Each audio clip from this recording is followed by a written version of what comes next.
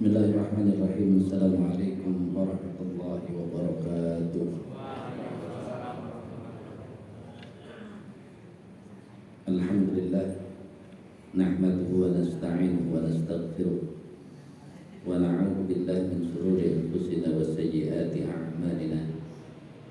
May yahdihillahu fala mudilla lahu wa may yudlil fala hadiya lahu.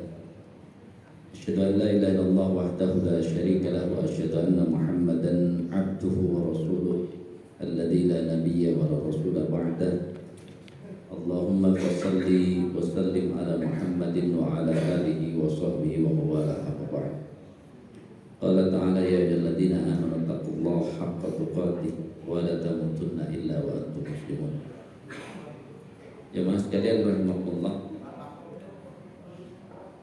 Insyaallah pada malam hari ini kita membicarakan Suratul Baqarah ayat 165 sampai 167. A'udzubillahi minasyaitonir rajim. Wa minan nas, dan di antara manusia man, ada orang yang yattakhidu, dia menjadikan min dunillahi, selain Allah, andadan, tandingan-tandingan sebagai sembahan. Yuhibbunahum, mereka mencintai sembahan-sembahan itu, kahubbillah, seperti hobi kecintaannya Allah kepada Allah. Wa, dan adapun alladzina amanu, orang-orang yang beriman yang sesungguhnya, asyaddu, lebih hubban, kecintaannya billahi, kepada Allah. Walau, dan seandainya, lau biasanya seandainya memang tidak diperlihatkan. Ini kan seandainya mereka melihat. Walau yara, alladzina, orang-orang yang zalamu, mereka telah berbuat zalim itu, berbuat dosa, tidak taat kepada Allah.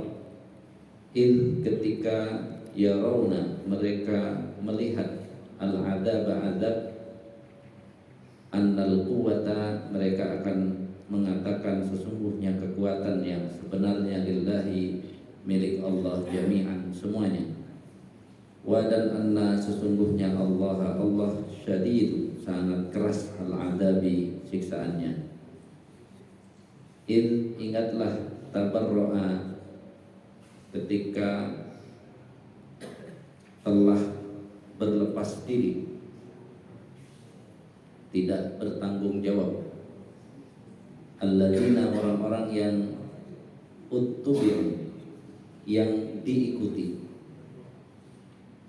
min, dari alladzina, orang-orang yang attaba'u, mereka telah mengikuti.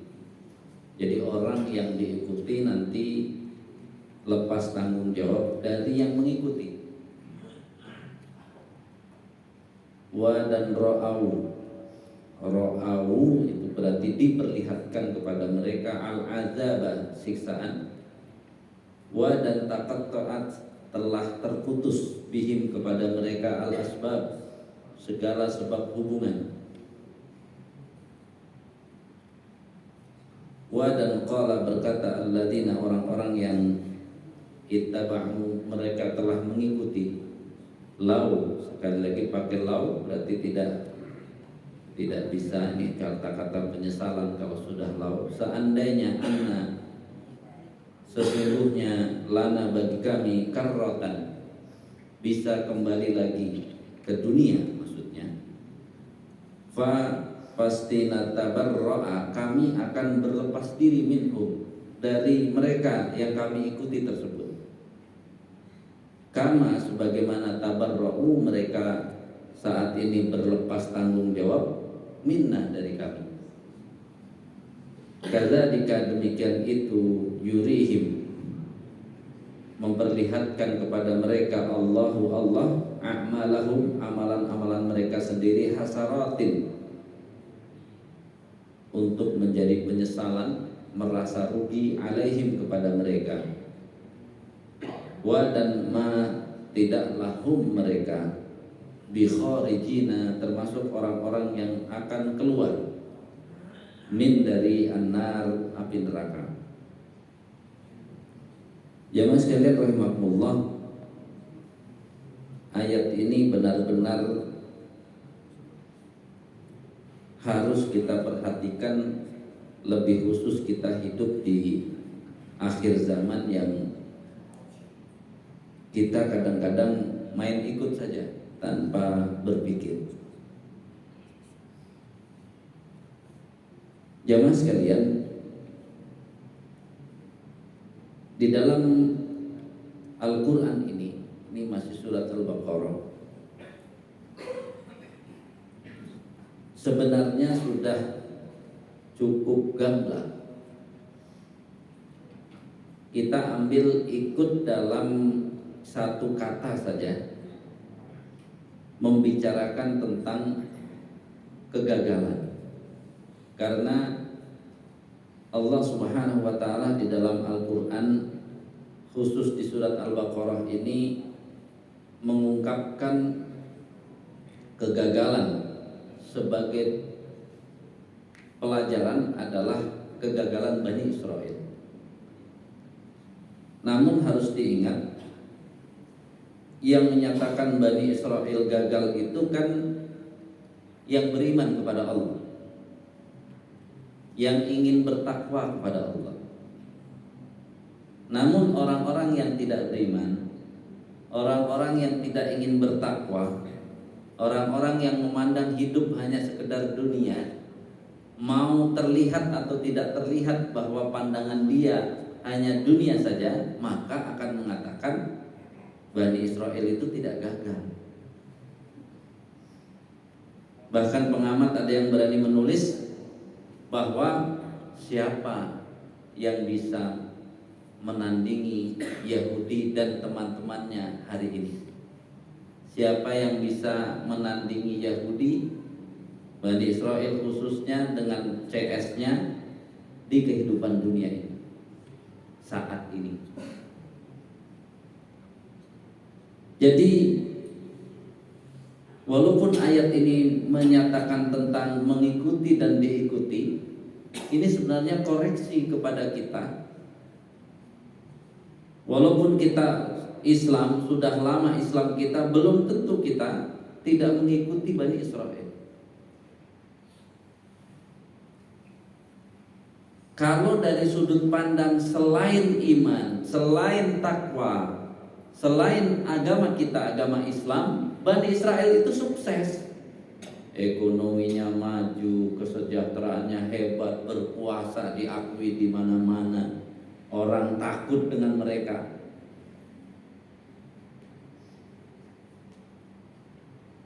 Makanya ketika kita menasehati orang yang tidak belajar Islam, Bapak sampai, apa mereka nggak takut azab? Jangan, mereka nggak takut azab.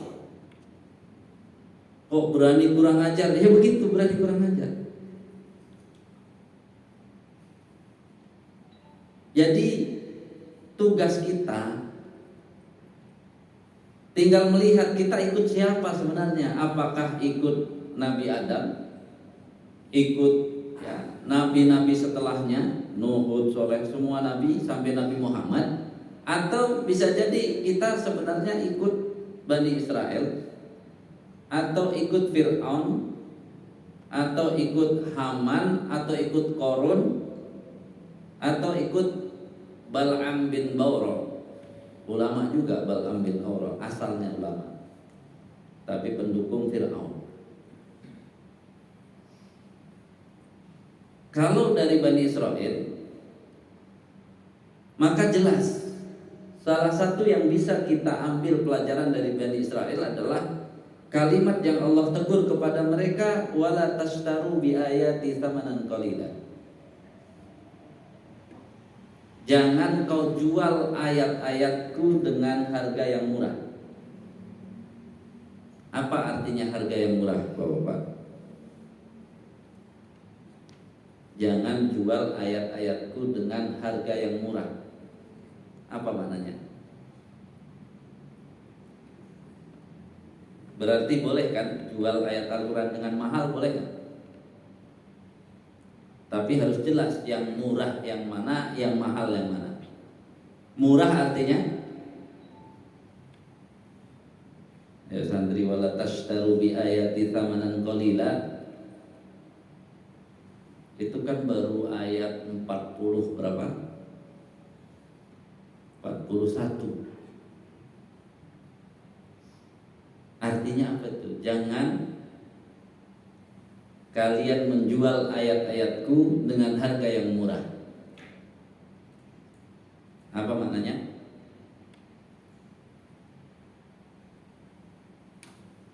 Yang arti dari harga murah apa, Pak Santri? Sudah dihafalkan ayatnya? Salah satu tugas yang sudah dihafal tuh pelan-pelan lihat nih apa maksudnya. Jangan jual dengan harga yang murah. Ayo, boleh, siapa yang mau jawab boleh. Harga murah tuh harga apa? Jidan mau jawab.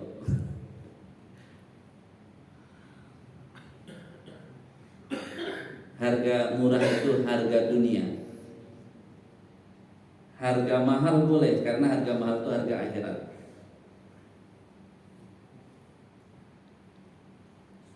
Artinya ketika kita mengkonversi semua hal itu untuk dunia, itu sebenarnya harga murah. Saya selalu wanti-wanti kan,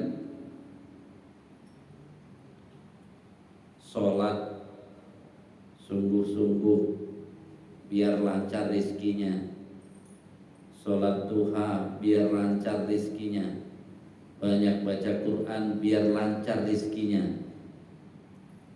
Kayaknya murah banget gitu, baca Quran hanya dapat seperti itu.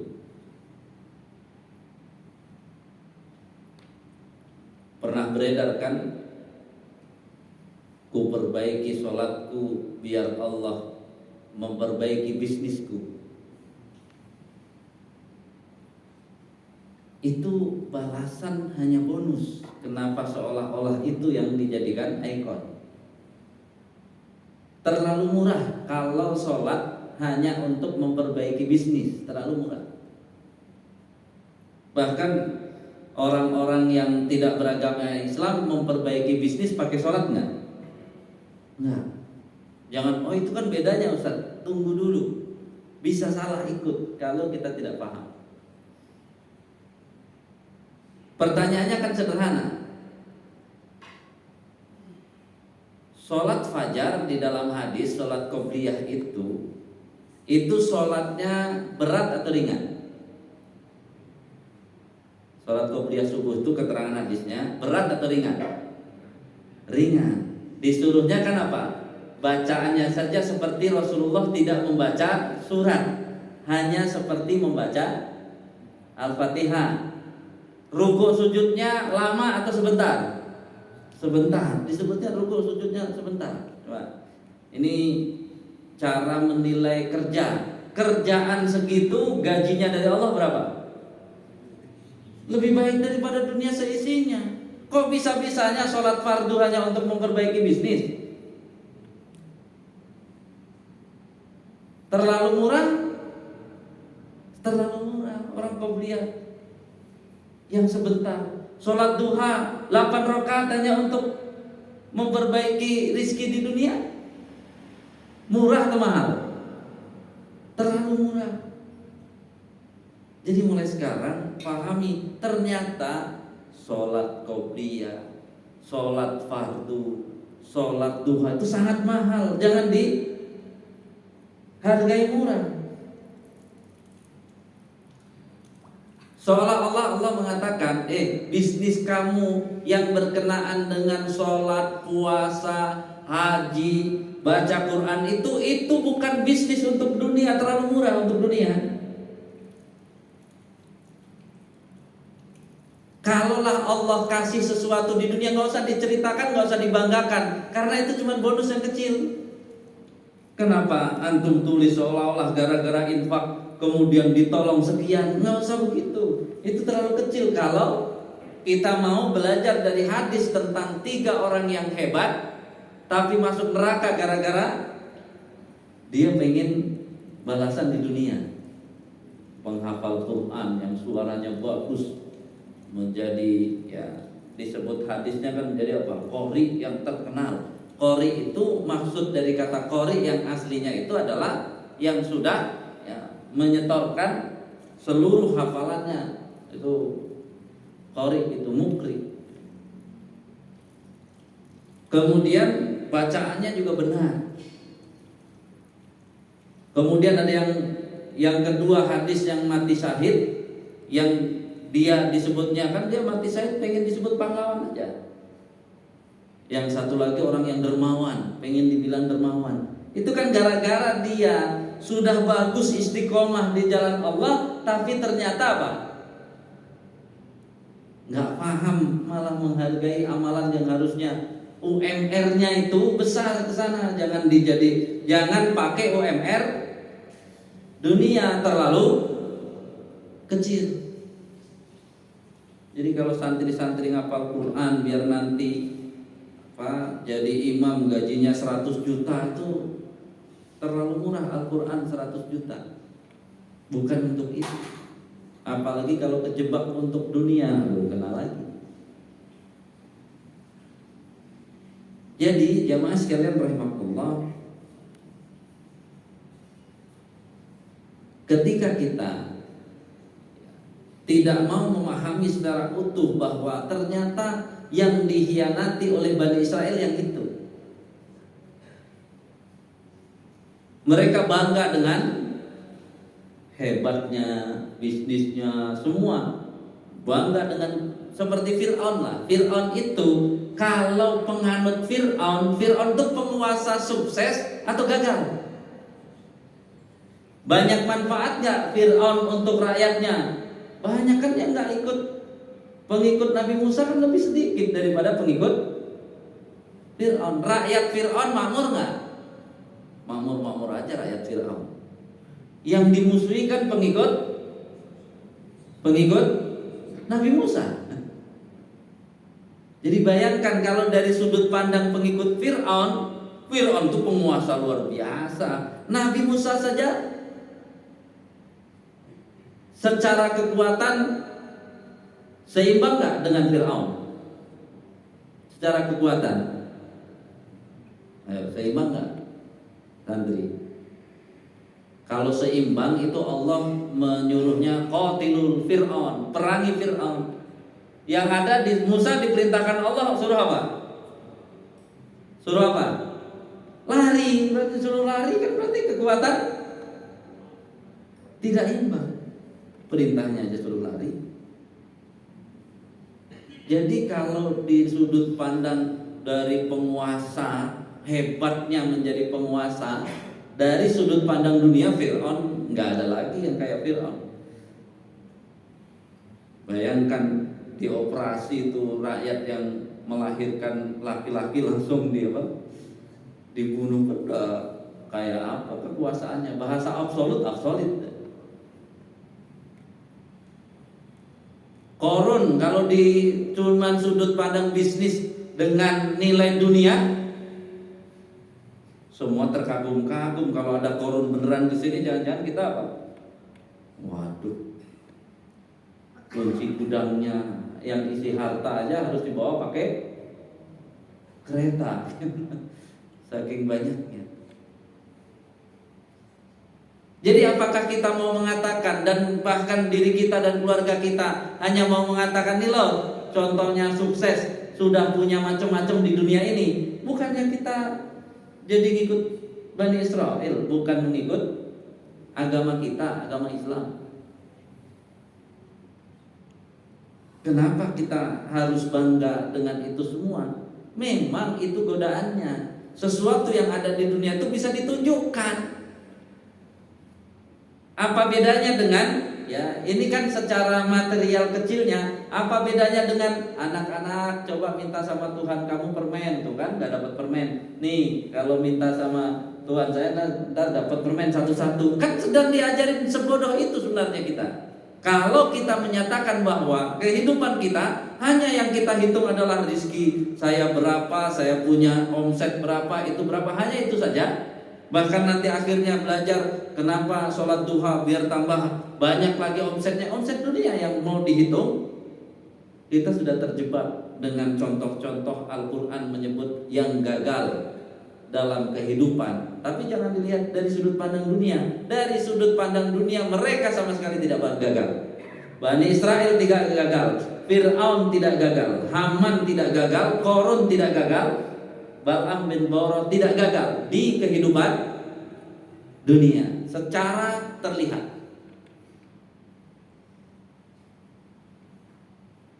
Akhirnya kita paham kenapa kita tidak bisa mengikuti orang yang mau nipu kita. Ini kan contoh, ternyata kalau ikut nggak paham bisa ditipu. Dan kelihatan ditipunya di akhirat. Dia pengen pulang ke dunia, nggak bisa lagi. Kalau tahu begini mah nggak ikut saya dulu dong kan. Kenapa ikut? Bisa jadi karena dibayar. Kenapa ikut? Karena kalau ikut dia kehidupan saya terjamin. Kenapa ikut? Karena dengan ikut dia bisnis saya aman. Kenapa ikut? Oh, usaha saya yang sudah menghidupi ini tidak hancur. Itu tadi.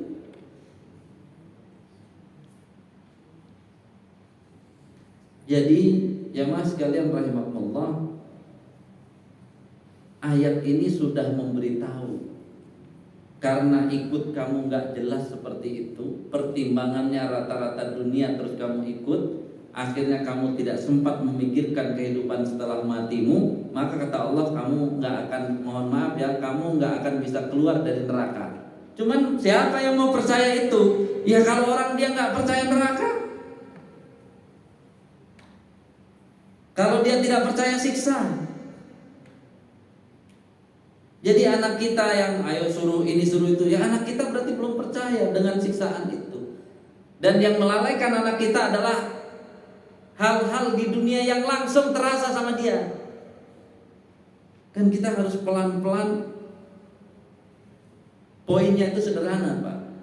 Apakah anak kita sudah tahu dan sudah paham akan aman? Tidak. Ada satu yang harus kita lakukan. Kenapa tugas kita ada berdakwah? Berdakwah itu adalah narik mereka. Udah dinasehatin nih, ayo nah, sholat ke masjid itu pahalanya besar. Tapi kan gak kerasa sama mereka pahala itu. Coba pahami apa itu. Ya mungkin dia udah paham, dikasih tahu gurunya. Tapi begitu waktunya, kira-kira apa? Udah lancar jalan atau kadang-kadang harus ditarik? Kadang-kadang harus ditarik, harus didorong, kadang-kadang harus dipaksa. Kenapa? Ternyata tidak semudah bayangan kita. Kalau tugas DKM itu di situ Pak Jul ya, yang berat ya. Sudah diberitahu, sudah paham, tapi belum tentu terlaksana. Untuk terlaksana butuh apa? Dorongan, butuh tarikan, bahkan butuh suatu saat apa? Paksaan. Tapi paksanya bukan paksa yang itu, dipaksa ke sini, entah kalau mau datang dikasih apa, itu kan paksaan juga sebenarnya, tapi paksaan halus. Jadi nggak asal. Makanya sebenarnya tidak sederhana kajian-kajian. Wow, sudah semuanya catatannya penuh, kan nggak bisa dikerjakan kalau tidak ada yang memanage, tidak ada yang menarik, tidak ada yang mendorong, nggak bisa. Selama ini kebanyakan baik majelis taklim atau masjid-masjid merasa kalau sudah diberitahu, kalau sudah paham, seolah-olah akan roda berjalan. Tidak. Kenapa tidak? Yang ngajak di luar dengan buktinya nyata terasa itu lebih banyak. Kamu udah setiap ini berjamaah ini semua, kamu belum dapat apa-apa. Udah nggak usah itu nih, saya tanggung, nggak usah tuh. Oh ternyata terasa. Jadi rasa dunia itu yang membuat apa? Hancurnya keyakinan kita kalau ilmu kita tidak ditambah. Yang satu rajin sholat malam ini bisnis susah banget, yang satu nggak pakai itu bisnisnya lancar. Kan kalau dia cuma mengoreksinya hanya untuk dunia, ya udah jelas suksesan yang tidak pakai semuanya orang, dia udah kelihatan dunia. Tapi ketika dia paham bahwa Allah menciptakan kita kan bukan untuk hidup di dunia, Bagi orang muslim yang beriman, pengen bertakwa, hidup itu bukan untuk di dunia yang cuma 60 tahun, 70 tahun. Hidupnya kan kita bukan untuk yang di dunia ini. Terlalu murah kalau untuk dunia ini. Jadi makan enak saja sudah dibatasi ya Bang Uto. Jadi kalau nggak mau dibatasi makan enaknya, ntar di surga. Di surga itu mau makan apa saja aman. Artinya di dunia sudah berikan batas. Mau makan enak di dunia saja harus mengeluarkan harta yang cukup banyak. Apalagi mau pengen makan enak di akhirat. Yang tadi UMR-nya aja bedanya berapa? Jauh bener orang yang kerja sedikit segitu kan, itu kan kerja ringan itu qobliyah subuh.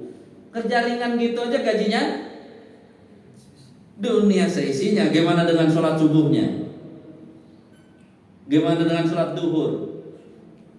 Sholat asar? Berarti kan gajinya besar-besar banget. Dan itu bisa kita lihat kalau kita sudah meninggal. Jadi kalau sudah meninggal, kenapa pertaruhan mempertahankan keimanan, ketakwaan itu tidak bisa pakai nalar dunia? Tidak bisa. Karena apa? Tidak bisa langsung ditunjukkan. Kita harus paham saat diutusnya Rasulullah SAW sudah tidak ada lagi azab ditunjukkan langsung. Gempa itu bukan azab, itu bukan. Hanya peringatan-peringatan kecil saja. Asalnya azab tuh habis satu apa? Semua hilang gitu. Itu baru kita sebut azab. Pertanyaannya sederhana, itu yang ngomong walaupun ada yang viral katanya kebakar itu kan nggak bener atau enggaknya nggak jelas. Tapi yang menghina Islam, menghina Nabi semuanya itu kira-kira langsung disambar petir nggak? Banyak yang macam-macam hidupnya masih aman-aman saja. Ada yang dengan begitu malah duitnya nambah, kemudian dia makin berani lagi. Ada begitu. Ya memang apa? Itu tadi. Kunci dari keislaman itu yang menuju keimanan dan ketakwaan itu adalah beriman pada yang gaib. Kalau dia nggak beriman pada yang gaib, apa saya ngomong begini aja nggak kenapa-kenapa? Ya memang nggak kenapa-kenapa. Kalau mau tahu kenapa-kenapa nanti setelah mati dia langsung lihat tuh, wah udah. Tapi nggak bisa balik lagi. Jadi kalau temennya itu bisa balik lagi, mungkin udah cerita, entah digebukin malaikat, lagi cerita, kan nggak bisa balik lagi. Azab di kubur itu semua makhluk dengar kecuali jin dan manusia. Jadi sebenarnya dari saat ya dia mati itu sudah mulai apa? Langsung diproses ya, sudah mulai diproses. Sebelum mati juga udah diproses. Kasih DP-nya dulu dengan apa? Sakaratul maut itu udah sebenarnya. Cuman kan nggak bisa cerita. Termasuk kita, pahala itu kan nggak bisa ditunjukkan. Jadi kalau Bapak infak 1 dibalas 10, itu jangan dianggap itu pahalanya, itu belum, itu bonus ya Allah. Ini saya anggap bonus, tapi jangan sampai saya nggak dikasih di akhirat ya Allah. Bahkan sampai 700 kali lipat, nggak usah diceritakan ya Allah, ini cuma bonus. Tapi saya jangan sampai nggak dapat yang di akhirat. Kalau yang di akhirat tadi, sampai-sampai kita harus berpikir 100.000 yang kita masukkan kotak amal dengan 10 miliar tabungan Bapak di dunia ini, kira-kira besar mana kalau yang itu diterima oleh Allah? 100.000 yang diterima oleh Allah, dia mendapat pahala akhirat dengan 10 miliar yang dia punya di dunia, yang gak ada apa-apanya.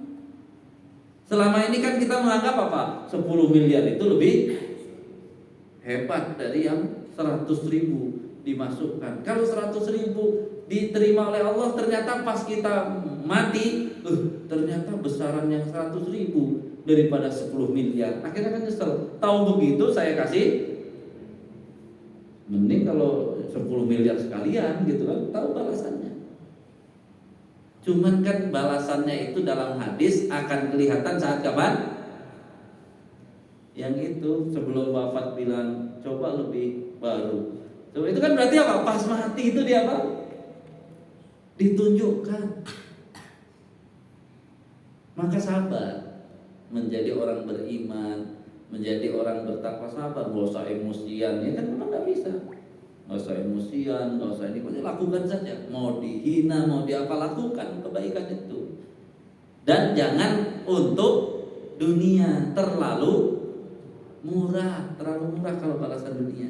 Kalau Allah kasih balasan dunia, terima, tapi itu mendorong kita karena ilmu kita udah nambah, ya Allah, tapi jangan sampai dikasih ini nanti nggak dikasih yang di sana, ya Allah. Saya di sini saya terima, tapi ini bonus, nanti saya pengen dapat yang aslinya yang di sana, di kehidupan setelahnya. Karena itu jemaah sekalian rahimakumullah, maka ayat-ayat ini ya digunakan oleh Ibnu Katsir. Yang disampaikan oleh Ibnu Katsir hanya ayat-ayat yang berkenaan dengan setan, orang munafik, semua orang kafir yang telah berhasil membujuk orang yang tadinya dapat hidayah terus kemudian dia keluar, maka mereka semua berlepas diri di akhirat. Gimana rasanya itu? Yang kemarin kan waktu kajian kematian itu ditipu kita. Udah ditipu tuh kan gondok banget. Kalau ternyata saya ditipu, saat bilang ternyata saya ditipu itu saking apa namanya? Disebutkan di sini apa? Kadzalika ya yurihimullahu a'malahum hasaratin. Nah itu dia. Nyesel saya, nyesel yang nggak bisa balik. Jadi mulai sekarang deketi anak kita, keluarga kita, tanya sama mereka, sukses itu menurut kamu apa? Karena belajar dari Bani Israel, belajar dari Fir'aun, ya, Qorun, Haman, sama Bal'am bin Bawrah dan contoh-contoh lain. Kalau di dunia ini hebat banget, tapi akhiratnya nggak dapat, disebut gagal oleh Allah. Disebut gagal. Masih mending yang di dunianya nggak kelihatan sukses, tapi akhiratnya sukses, disebut sukses.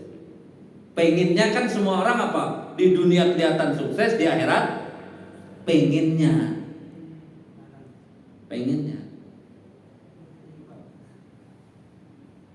Tapi ternyata enggak.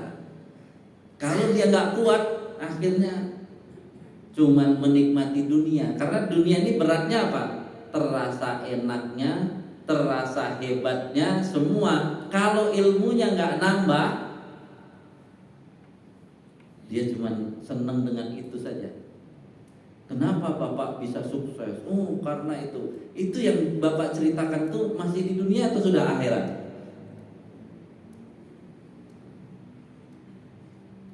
Kalau jawaban sederhananya kan belum, saya ini sukses dunia kan cuma begitu. Saya masalahnya hidup di dunia saya cuma 60-70 tahun. Yang pertarungan lebih hebat itu adalah hidup yang selama-lamanya setelah 60-70 tahun. Yang kasihannya kan apa? Sudah dunianya ya, tadi kacau, akhiratnya kacau. Karena apa? Oh, saya sholat sama nggak sholat sama aja, rizkinya segini-gini aja. Ya kan suruh siapa sholat untuk rizki? Sholat tuh untuk keselamatan kamu, utamanya akhirat. Syukur-syukur ada bonus dunianya. Kalau nggak ada bonus dunianya juga nggak rugi. Karena apa? Akhiratnya yang akan sangat banyak. Jadi yang dikatakan seimbang itu apa kalau gitu? Seimbang tuh apa kira-kira? Kayak seimbang. Selama ini kan kita seimbang 50-50. Orang sudah jelas UMR-nya beda, kenapa kita samakan? Kalau UMR-nya beda kan harusnya apa? Jadi menggaji orang nih, di sana misalnya UMR-nya 100.000, di sini 1 juta, masa kita sama? Kan nggak bisa sama. Kita harus mengeluarkan berbeda. Jadi ini yang membuat kita mudah. Kan ayat ini berbicara tentang orang-orang yang ikut ya, menyesal karena ternyata yang diikuti tidak tanggung jawab. Nah, yang saya bahas adalah kenapa dia bisa mengikuti, karena tadi dia nggak tahu dia ukuran hidupnya itu apa. Kalau ukuran hidupnya itu iman, takwa, ya dia akan belajar dan gak mudah ikut-ikutan. Tapi kalau ukuran hidupnya itu dunia, udah ditipu terus. Karena apa? Ya sekali berbani Israel itu tertipu dia. Bukan yang ngikut, ya berarti tambah ketipu lagi. Sudah dia hebatnya tidak mungkin seperti Bani Israel, tapi nasibnya sama. Sudah hebatnya kekuasaan tidak seperti Fir'aun, tapi nasibnya sama. Sudah kekayaannya nggak mungkin menandingi Qarun, tapi nasibnya sama. Mungkin kehebatannya tidak seperti Haman, tapi nasibnya sama. Jadi jamaah sekalian rahimahullah, maka kunci dari surat Al-Baqarah ini tetap terus mengingatkan tujuan kita berjuang di dunia ini kan untuk menghasilkan ketakwaan itu. Ke PT Takwa, jangan ke PT yang lain. Sehingga apa? Omset kita akan ke sana.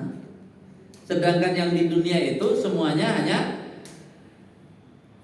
ya hadiah, kalau hadiah hiburan, cuman bonus saja ya, buat rame-rame, hanya ngeramein aja. Sehingga apa? Ya jangan tertipu dengan itu. Sehingga jemaah sekalian, pada akhirnya hari ini ketika ada orang Islam tidak sholat, itu kan kalau diteliti kenapa dia tidak mau sholat, pasti karena cuman ada yang ngejar dunia yang segitu, ya kayak gitu, putar-putar seperti itu saja. Pada intinya nanti kalau Ibnu Katsir itu mengatakan minimal yang disebut beriman kepada yang gaib, minimal itu punya rasa takut kepada Allah. Ya kalau orang itu punya rasa takut pada Allah, nggak mungkin nggak sholat, nggak mungkin nggak sholat. Tapi kalau dia nggak sholat, berarti apa? Nggak ada rasa takut kepada Allah. Maka Bapak jelasin pahala, jelasin neraka, ngaruh nggak kira-kira orang begitu? Kagak ngaruh. Tapi tetap kita berpahala. Jadi Bapak juga jangan sedih. Saya udah sampaikan Pak Ustadz kagak ngaruh, jadi rugi dong. Nggak ada ruginya gitu ya. Sampaikan, walaupun kagak ngaruh, kita tetap dapat pahala. Dan pahala jangan hargai murah lagi. Harga pahala tuh nggak ada yang murah, semuanya mahal. Karena kalimat pahala dari Allah itu UMR dunia atau UMR akhirat? UMR akhirat. Jaraknya jauh ya, UMR akhirat tadi itu. Dunia seisinya gimana? Dunia seisinya kita nggak bisa bayangin. Nilainya bisa dunia seisinya, hanya mengerjakan amal ibadah yang ringan. Jadi kalau baca Quran 1 jam, ya berarti lumayan berat, ya minta sama Allah, ya Allah yang ringan, sholat fajar saja gajinya segitu. Berarti kalau saya baca Quran lama sampai sakit matanya, berarti gajinya yakin harusnya kan lebih banyak. Infak susah mau ngeluarin, tetap infak, ya kita minta, berarti gajinya lebih banyak, ya Allah ini susah nih. Jadi ini penyakit mengikuti ini akhir zaman lebih parah gitu. Karena rata-rata udah semua bebas. Jadi yang tukang maksiat duitnya miliaran, enak ngomong, oh hidup tuh gini-gini aja karena dia punya duit. Gimana enggak anak-anak kita, keluarga kita kalau nggak dikuatkan apa? Oh hidup tuh yang penting enak ya, dapat duit banyak, jadi sultan, jadi ini, pokoknya udah coba cek itu di apa? YouTube lah, apa TikTok, semua kan orang-orang yang hidup dunianya itu hebat berani menasehati orang gitu. Bahkan orang banyak walaupun dia bermaksiat sah-sah aja orang dia punya duit, bisa begitu. Luar biasa tipuan dunia ini. Kalau kita tidak mau membuka lagi hati kita, pikiran kita untuk memahami Islam datang itu agar memandang kehidupan ini beda. Kehidupan ini beda. Jangan cara pandang kehidupan kita kayak Bani Israel, ya pasti kita celaka. Kehebatannya tidak bisa bersaing dengan Bani Israel, tapi sudah jelas celaka. Nah, baru kemudian setelah kita memahami nanti, jangan ikut-ikutan. Insya Allah pada pertemuan berikutnya kan baru bunyi ya ayuhan nas kulu mimma fil ardi halalan thayyiban. Kenapa orang itu mencari mau makan yang halal thayyib? Dia udah mulai tahu bahwa apa? Hidup ini bukan untuk dunia. Dia udah mulai tahu. Kalau orang hidupnya untuk dunia, peduli nggak halal haram? Nggak peduli. Makanya ketika kita punya saudara, kawan yang dia nggak peduli, jangan ngomong ini dulu. Pelan-pelan dia apa? Diingatkan, kamu sebenarnya mau suka nggak dengan Fir'aun? Jangan dia juga nggak suka dengan Fir'aun, tapi dia ikut, gitu kan, lucu. Dia nggak suka dengan Fir'aun, tapi ikut Fir'aun. Jangan-jangan dia nggak suka dengan Bani Israel, tapi dia cara hidupnya mengikuti Bani Israel. Dia pengusaha sukses, jangan-jangan nggak mau disebut ya kayak Korun, tapi ternyata proses hidupnya mengikuti kayak Korun, kan itu kan nggak sadar. Gimana caranya sadar? Dia harus belajar, dia harus ya menghisab diri, dia harus benar-benar bermuhasabah agar dia paham ini hidup saya arahnya kemana, yang dipikirkan apa. Sehingga kalau kita sudah pelan-pelan memasukkan keimanan, ketakwaan menjadi ukuran dalam aktivitas hidup kita, ya insya Allah kita tidak mudah tertipu. Tidak mudah tertipu. Memang mungkin kalau dibilang orang ya berarti hidupnya nggak senang, ya kan? Hidup bukan saat ini bagi orang yang beriman untuk menikmati yang senang-senang, bukan saat ini. Mungkin hidupnya nggak kelihatan santai, nggak apa-apa. Karena memang bagi orang yang beriman bukan waktunya santai-santai saat ini. Mungkin gak nyaman, ya memang bukan waktunya nyaman. Karena asli yang Allah janjikan kenyamanan sesungguhnya adalah saat kita bisa berkumpul dengan Rasulullah, saat kita bisa bertemu, ya, melihat wajah Allah. Itulah saat yang paling mungkin membuat kita terbayar seluruh penat yang pernah kita lakukan di dunia ini. Jadi ini yang kami sampaikan. Nanti kalau ada pertanyaan setelah adzan insyaallah. Wallahu a'lam bishawab.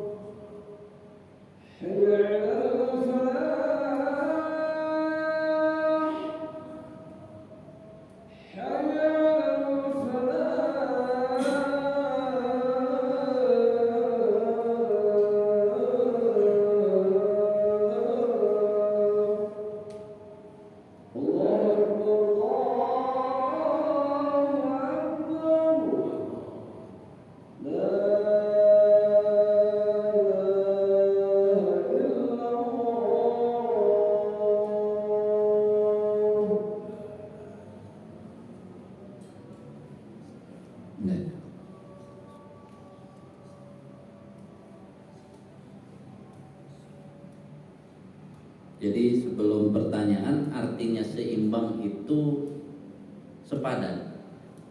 Kalau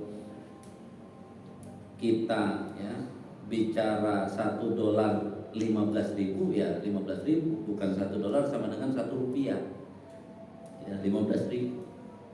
Jadi bicara seimbang dunia akhirat itu maksudnya seimbangnya jangan seimbang disamakan, kan beda ininya Pak. Beda kursnya kalau bisa kita sebut. Berarti daya tekan kita, daya orientasi kita pasti lebih berat ke akhirat daripada dunia. Karena apa? Dunia ini kursnya kecil, sedangkan akhirat kursnya sangat besar. Jadi jangan sama. Energi yang dikeluarkan jangan sama, semuanya jangan sama. Tapi solusi dari Islam itu orientasinya, bukan kerjanya. Mungkin sama kerjanya, tapi karena ada orientasi akhirat, jadi bernilai akhirat gitu. Itu sebenarnya strateginya. Jadi menimbang segala sesuatu harus akhiratnya itu yang dipertimbangkan. Kalau dunia kita ya jangan dijadikan titik tekan, karena dunia bukan khas orang yang beriman dan bertakwa. Wallahu a'lam bishawab. Silakan ada yang disampaikan atau ditanyakan.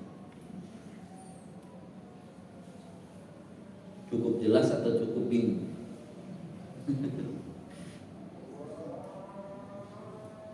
Gimana Pak Wahyu?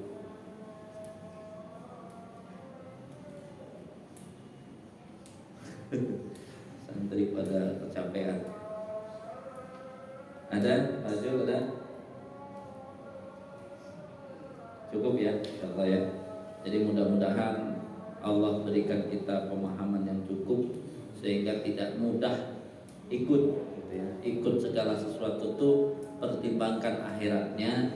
Dunia nggak usah terlalu jadi komando karena dia efek kecil sekali dan butuh hanya sedikit, sedangkan yang butuh banyak adalah akhirat kita. Karena 60-70 tahun dibandingkan selama-lamanya, itu kan perbandingan yang adil gitu ya. Jadi kalau mau dibagi ya dibagi aja 60 per selama-lamanya, itu ketemunya berapa. Jadi daya tolong kita hidup ini jangan terjebak dengan orientasi dunia, tapi di dunia selama 60-70 tahun itu sebenarnya disuruh menyiapkan akhirat kita. Jadi bukan menyiapkan dunia. Ya dunianya akan siap sendiri kalau dia menyiapkan akhirat. Tapi kalau dia sibuk menyiapkan dunia, tidak menyiapkan akhirat, akhirat tidak bisa otomatis. Akhirat tidak bisa otomatis. Nggak ada nanti karena memang tidak pernah ya, diperuntukkan akhirat. Subhanakallahumma wa bihamdika asyhadu an la ilaha illa anta astaghfiruka wa atubu ilaik. Kurang lebihnya mohon maaf. Assalamualaikum warahmatullahi wabarakatuh.